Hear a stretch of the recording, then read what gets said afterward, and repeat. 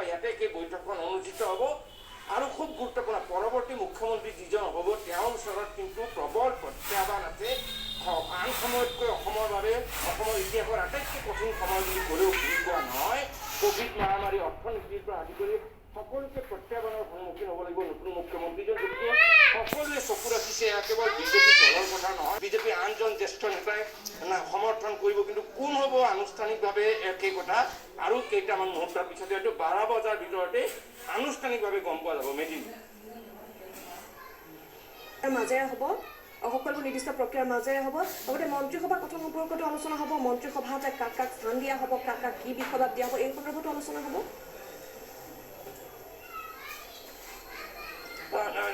মেদিনী যিখন বিধায়িনী দলৰ বৈঠক হ'ব তাত কেৱল মুখ্যমন্ত্ৰী প্ৰস্তাৱ কৰা হ'ব মুখ্যমন্ত্ৰীৰ নাম নিৰ্ধাৰণ কৰা হ'ব আৰু মুখ্যমন্ত্ৰী পৰৱৰ্তী সময়ত তেওঁ দলৰ নেতাসকলৰ লগত আলোচনা কৰি সেয়া মুখ্যমন্ত্ৰীৰ আচলতে কৰ্তৃত্ব যে তেওঁ কাক মন্ত্ৰী হিচাপে তেওঁ নিজৰ মন্ত্ৰীসভা থাকে সেয়া পৰৱৰ্তী সময়ত নিৰ্ধাৰণ কৰিব ইয়াৰ লগে লগে সহযোগী দল ইয়াৰ বিজেপি বিধায়িনী দলৰ বৈঠকৰ পিছত অসম গণ পৰিষদ আৰু UPPL বিজেপিৰ হাতত 60খন আসন আছে আৰু